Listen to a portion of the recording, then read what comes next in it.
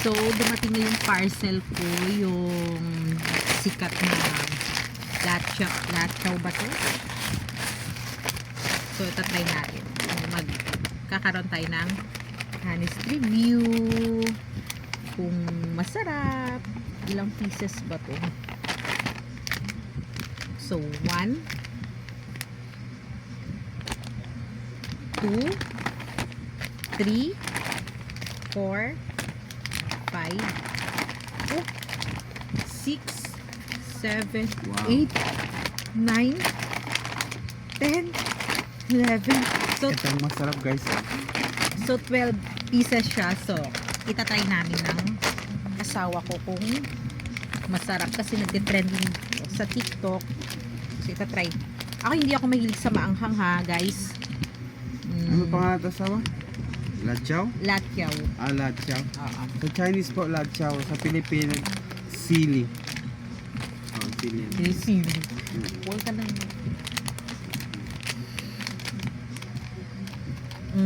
Itatry natin. Ano bang unahin natin? Ito. Slice. Hoy! Hindi ako mahilig sa maanghang ha. Yung asawa ko yung mahilig sa maanghang. So, itatry natin. Oh, pakita mo muna. Ito po siya.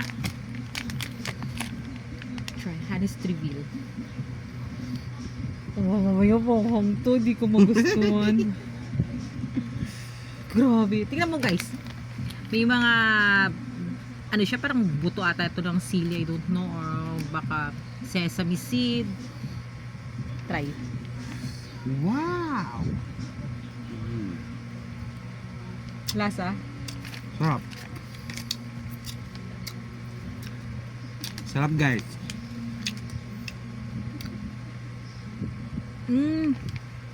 Ako.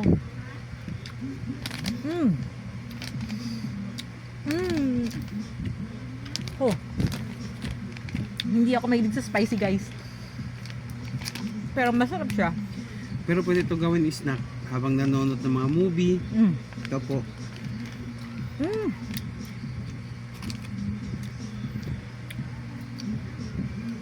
Sarap. Pero maanghang. Pero kaya naman. Kung hindi kayo mahilig sa maanghang, siguro hindi siya magugustuhan. Ako hindi ako mahilig sa maanghang ha. Pero nagustuhan ko siya. Try mo nga to. Yan. Hanghang. Try mo.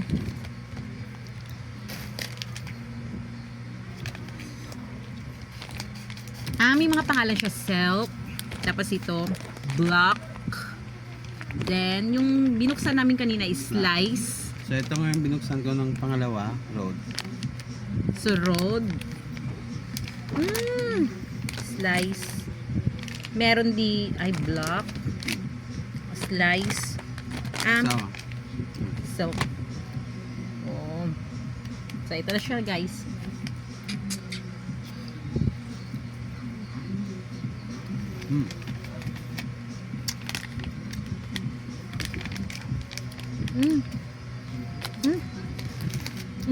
Harap.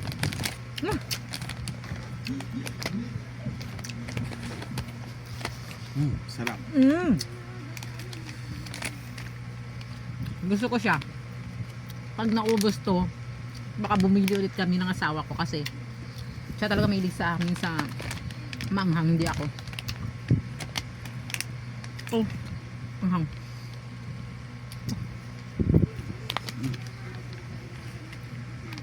Harap.